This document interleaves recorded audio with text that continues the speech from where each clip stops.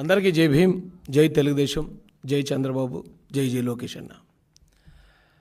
వైఎస్ఆర్సీపీ వాళ్ళు ఈ మధ్య బాగా ఫేక్ ప్రచారం, అంటే వాళ్ళు బ్రతికేది, వాళ్ళు పుట్టింది, వాళ్ళు చచ్చేది కూడా ఫేక్ ప్రచారంతోనే చనిపోతారండి. ఆ ఫేక్ ప్రచారం బాగా వైరల్, విపరీతం చేశారు ఈ మధ్య. ఎందుకు ఈ ఫేక్ ప్రచారం మొదలుపెట్టారంటే 2024 ఎలక్షన్లో ది గ్రేట్ నారా చంద్రబాబు నాయుడు గారు ఈ రాష్ట్రంలో ఉన్న మంచివాళ్ల సహకారంతో వైసీపీ పార్టీని సమాధి చేయడం జరిగింది. అందరూ అనుకుంటున్నారు ఓడించారేమో అని. ఓడించటం కాదండి, వైసీపీని సమాధి చేశారు నారా చంద్రబాబు నాయుడు గారు. ఆ సమాధిలో నుంచి ఇప్పుడు ప్రేతాత్మగా మారిన వైసీపీ యాజ్ యూజువల్ మళ్ళీ ఫేక్ ప్రచారాలు మొదలుపెట్టింది. గతంలో అరుంధతి అని ఒక సినిమా వచ్చిందండి.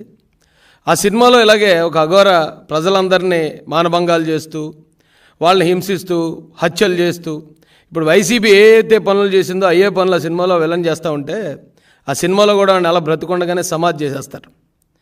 సేమ్ చంద్రబాబు నాయుడు గారు కూడా అంతకన్నా ఘోరంగా ఒక 1000 మంది దుష్ట అఘోరాలు చేసే పనులు చేస్తున్న వైసీపీని ప్రజల సహకారంతో ఆయన కూడా సమాధి చేయడం జరిగిందండి.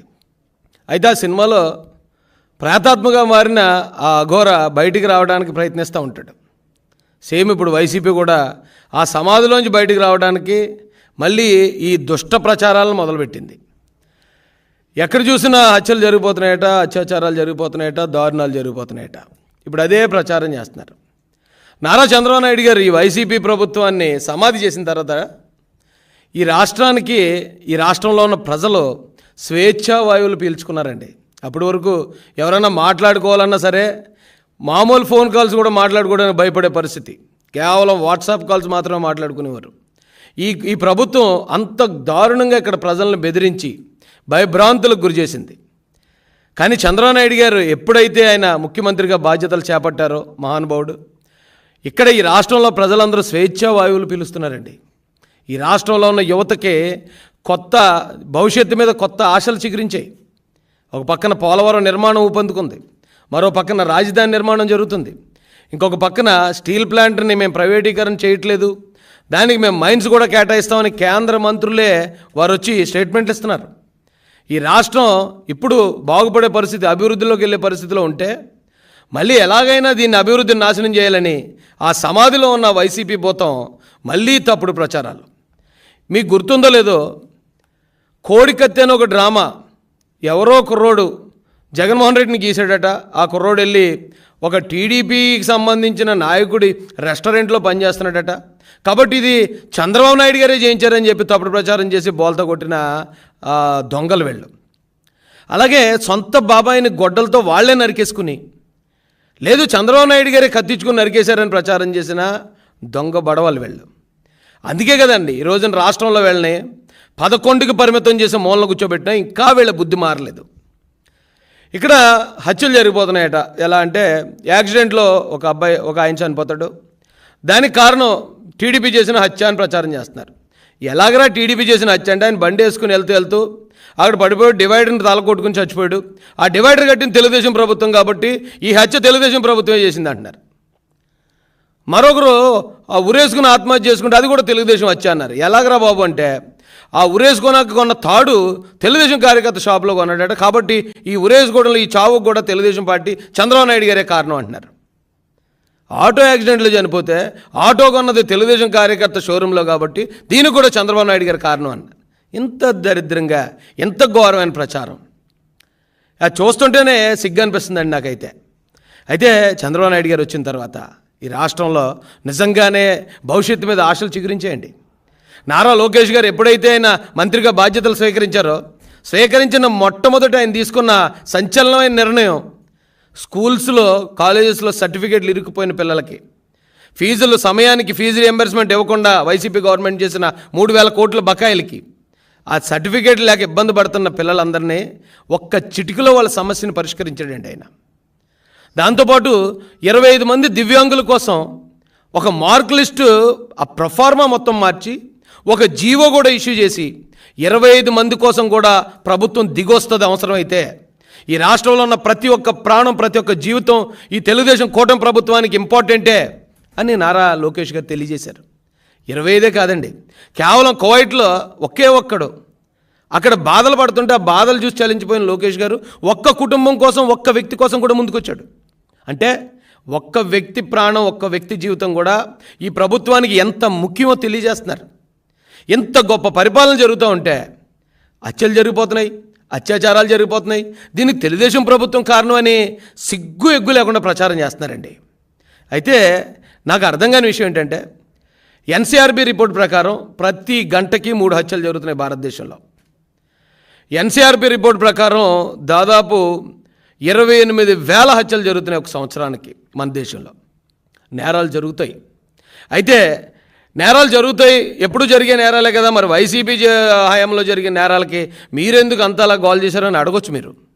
వైసీపీ హయాంలో జరిగిన నేరాలు వేరు, మామూలుగా ఈ దేశంలో జరిగే నేరాలు వేరు. నేరాలు ఎప్పుడు జరుగుతాయండి? పాత కక్షల వల్ల, లేకపోతే ఒకరి మీద అంటే ఒకరు పడని ద్వేషం వల్ల, లేదా మహిళల వల్ల, భూముల వల్ల. ఇలాంటి నేరాలు ఎక్కడ జరుగుతాయి? దేశంలో ఎక్కడైనా జరుగుతాయి. అందుకే కదా అలాంటి నేరాలు జరుగుతాయనే రాజ్యాంగంలో మనం పోలీస్ వ్యవస్థ, కోర్టులు, జైళ్ళు ఇవన్నీ ఏర్పాటు చేసింది నేరాలు జరుగుతాయనండి. అయితే వైసీపీ హయాంలో జరిగిన నేరాలు ఏంటంటే, మనం ఏదైతే రక్షణ వ్యవస్థలుగా ఏర్పాటు చేసుకున్న ఈ పోలీసు కానీ, లాయర్లు, ప్రజాప్రతినిధులు ఉన్నారో వాళ్ళు నేరాలకు పాల్పడ్డారు. కంచే చేను వేసిందండి వైసీపీగా ప్రభుత్వ హయాంలో. కానీ ఇక్కడ వచ్చేటప్పటికి ఫేక్ ప్రచారాలు. ఆ మార్గాన్ని భరత్ అనే ఒక రీల్ స్టార్ ఉన్నాడు రాజమండ్రిలో. ఆడి జీబును ఆడే అంటిపెట్టుకుంటాడు, ఆడే తగలబెట్టుకుంటాడు. అది వైసీపీ టీడీపీ తగలబెట్టిందని మా మీద వేస్తాడు. మరొక చోట తూర్పుగోదావరి జిల్లాలో అంబేద్కర్ విగ్రహాల మీద దాడి జరుగుతుంది. మా తెలుగుదేశం జనసేన వాళ్ళు మేము మా ప్రభుత్వం వచ్చిందని మేము అక్కడ లెటర్ వేయాలి తీస్తారు. కానీ ఎంక్వైరీ చేసి డాగ్ స్క్వాడ్ వెళ్తే ఆ క్లూస్ అన్నీ లాగితే ఓ వైసీపీ సర్పంచ్ అరెస్ట్ అవుతాడు. అక్కడ 2 సార్లు జరిగింది ఇదే పరిస్థితి. అంటే ప్రభుత్వానికి బ్యాడ్ చేయడానికి, కూటమి ప్రభుత్వాన్ని ఎలాగైనా బదనాం చేయడానికి వీళ్ళే చిన్నపిల్లలు తినే ఆహారంలో కూడా విషం కలిపేసినా మనం ఆశ్చర్యపోకర్లే. ఎందుకంటే వీళ్ళ దగ్గరున్న ప్రచారమే తప్పుడు ప్రచారం.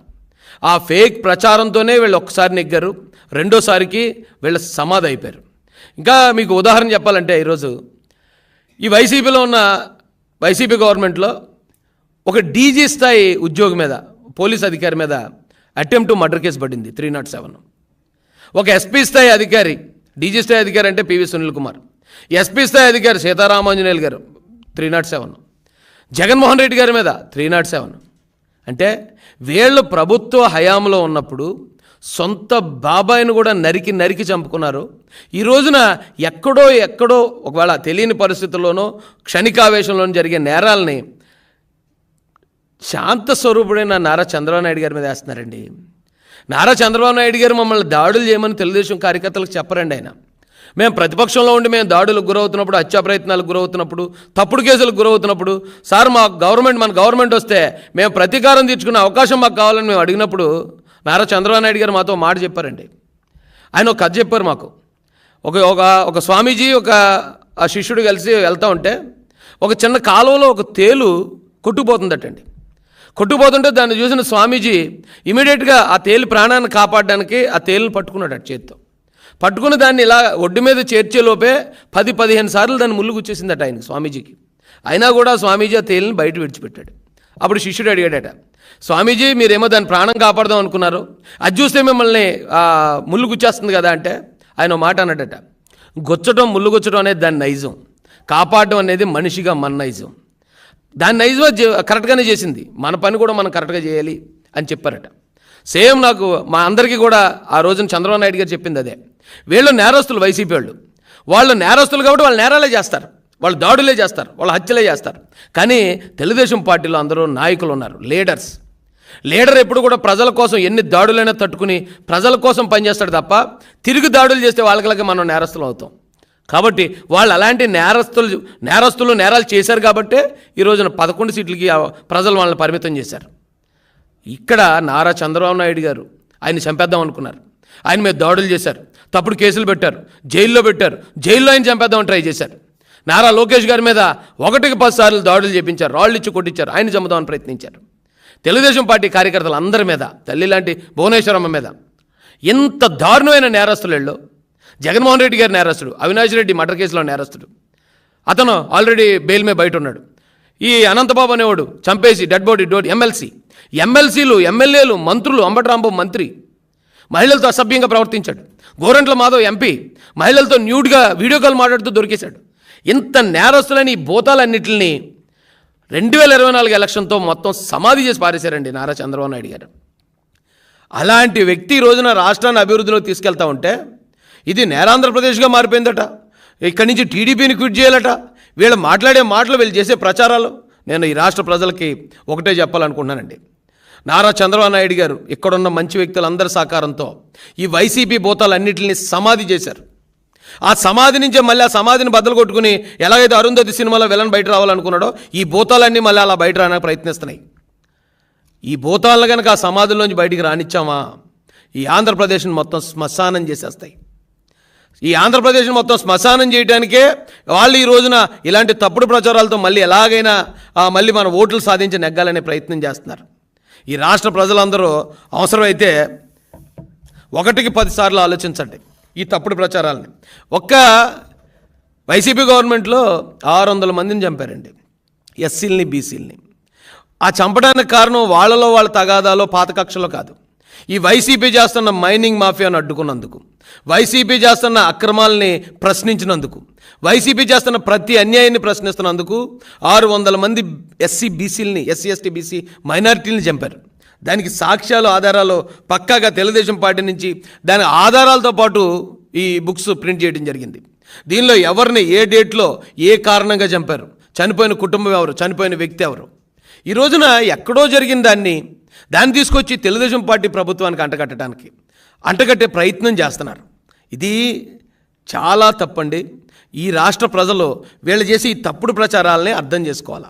ఈ పిన్నెల్లి అనేవాడు ఒకడే దాదాపుగా 8 మర్డర్లు, దాడులు 79 దాడులు, ఎస్సీ బీసీ మైనార్టీల మీద 51 దాడులు అటండి. ఆ 71 దాడుల్లో దీనిలో 8 మంది తెలుగుదేశం కార్యకర్తలను చంపించారట. దీనిలో క్లియర్గా ఉంది ఆ తెలుగుదేశం పార్టీ కార్యకర్తల పేర్లతో సహా. ఇంత క్రూరమైన క్రిమినల్స్ వీళ్ళ చేతికి అధికారం వస్తే అధికారాన్ని దుర్వినియోగం చేసి అమాయక ప్రజలను కూడా చంపించేసే వీళ్ళు ఈ రోజున రాష్ట్రంలో జరుగుతున్న ఎక్కడ ఏ మూలన ఏది జరిగినా దాన్ని తెలుగుదేశం పార్టీకి అంటగట్టే ప్రయత్నం, తెలుగుదేశం పార్టీ పరువు ప్రతిష్టలని భంగం కలిగించే ప్రయత్నం చేస్తున్నారు. దయచేసి ఆంధ్రప్రదేశ్ ప్రజలందరికీ చేతులు జోడించి నేను రిక్వెస్ట్ చేస్తున్నానండి, వీళ్ళ తప్పుడు ప్రచారంలో పడొద్దు. వాళ్ళ తప్పుడు ప్రచారాన్ని నమ్మి ఈ రాష్ట్రంలో చంద్రబాబు నాయుడు గారు సమాధి చేసిన ఈ భూతాలన్నింటినీ బయటికి మళ్ళీ రానివ్వద్దు.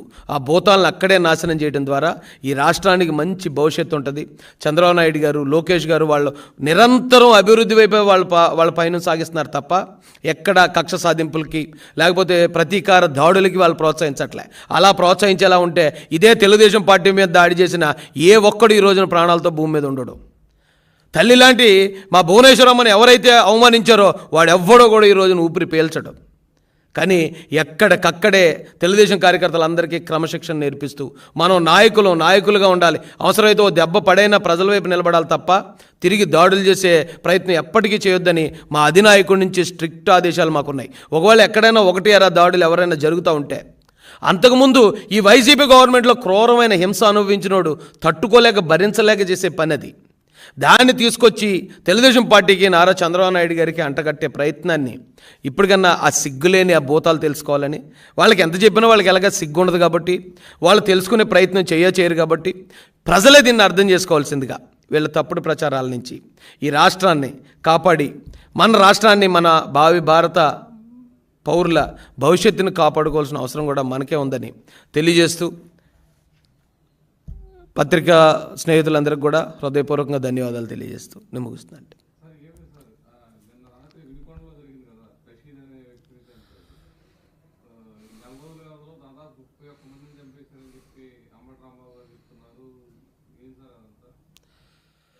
నేను ఆల్రెడీ ఇది స్టార్ట్ అయినప్పుడు చెప్పాను సార్, ఎక్కడన్నా ఒకవేళ ప్రతీకార దాడులు అనేవి అవి రాజకీయ ప్రతీకార దాడులు కాదండి. మనం ప్రతిరోజు పేపర్లో చూస్తూ ఉంటాం, ఒక క్రైమ్ వార్తలు పడతానే ఉంటాయి. ఎక్కడో ఎవరికో సరిహద్దు తగాదా వచ్చింది, ఎవరికో ఏదో సొంత లావాదేవీలు ఉన్నాయి. ఇలా జరిగిన ప్రతిదాన్ని కూడా వీళ్ళు పార్టీకి అంటగట్టి తద్వారా ఇది మేము తెలుగుదేశం పార్టీ ప్రతీకార దాడులు తెగబడుతుంది 31 మంది. ఈ గవర్నమెంట్ వచ్చిన తర్వాత 8 మంది చనిపోయారు తెలుగుదేశం కార్యకర్తలు. అది పక్కాగా వైసీపీ కార్యకర్తల చేతిలో హత్య గావించబడ్డారు. దాన్ని తప్పుదోవ పట్టించడం కోసం, లేదా ఇప్పుడు రీసెంట్గా విజయసాయిరెడ్డి గర్భాధానం కార్యక్రమం ఒకటి జరుగుతుంది.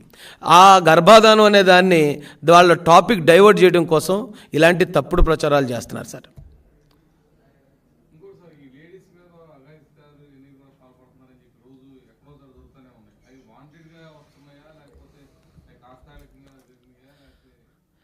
సార్, ఇప్పుడు ఎన్సీఆర్బీ రిపోర్ట్ ప్రకారం ప్రతి 3 నిమిషాలకు ఒక మానభంగం జరుగుతుంది భారతదేశంలో.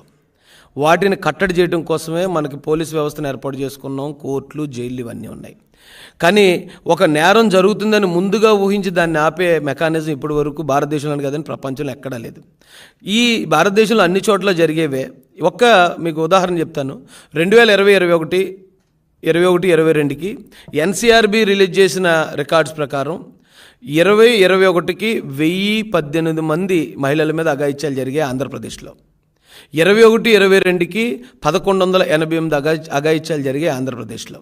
కానీ జగన్మోహన్ రెడ్డి అతని పార్టీ, అతని నాయకులు, అతని పోలీసులను ఉపయోగించుకుని చేసే నేరాలనే మేము ఎప్పుడు పాయింట్అవుట్ చేసాం తప్ప ఎక్కడో జరిగే కామన్ నేరాలని మేము ఎప్పుడు కూడా జగన్మోహన్ రెడ్డికి ఆపాదించలేదు.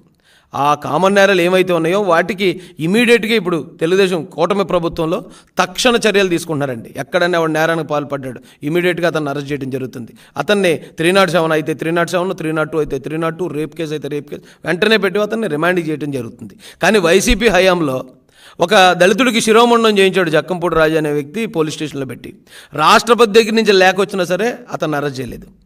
ఈ అవినాష్ రెడ్డి అనే వ్యక్తి అతను నేరం చేశాడు, మర్డర్ చేశాడని సిబిఐ కన్ఫర్మ్ చేసిన తర్వాత కూడా జగన్మోహన్ రెడ్డి అతను నాకు ఇంకొక కన్ను అని చెప్పి వెనకేసుకొచ్చాడు. ఈ పిన్నెల్లి రామకృష్ణారెడ్డి ఎవరైతే ఉన్నాడో 8 మర్డర్లు వీళ్ళ అనుచరులు చేస్తే పిన్నెల్లి చాలా సౌమ్యుడు అని చెప్పుకొచ్చాడు ఎవరు జగన్మోహన్ రెడ్డి. కానీ చంద్రబాబు నాయుడు గారు అలా కాదండి. ఆయనకి సొంతోళ్ళు, బయటోళ్ళు, పగోళ్ళు అనేది ఏమి ఉండదు. చట్టపరంగా ఎవరైనా నేరం చేస్తే చట్టపరంగా వారిని శిక్షించదు. ప్రభుత్వం చేయాల్సిన పని ప్రభుత్వం తూచా తప్పకుండా చేసుకెళ్తుందండి. అయినా కూడా ఆ జరిగిన ప్రతిదానికి ఎక్కడో ఇప్పుడు 3 మైనర్లు కలిసి ఒక మైనర్ బాలికను రేప్ చేశారన్నారు. దానికి తెలుగుదేశం పార్టీకి ఏంటి సార్ సంబంధం? దానికి కూటమి ప్రభుత్వంకి ఏంటి సంబంధం?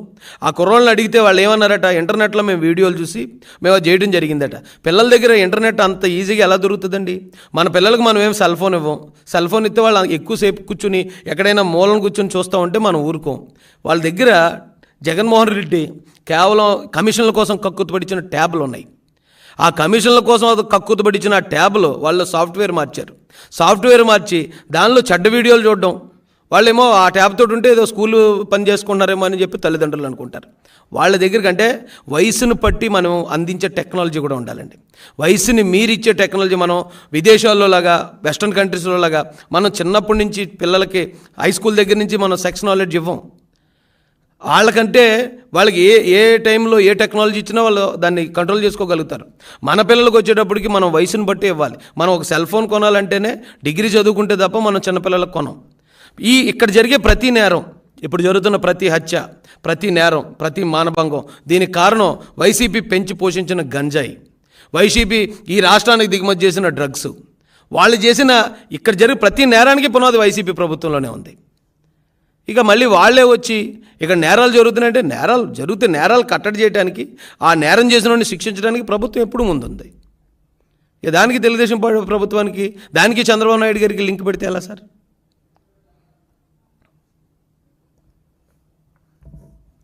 Okay sir, thank you.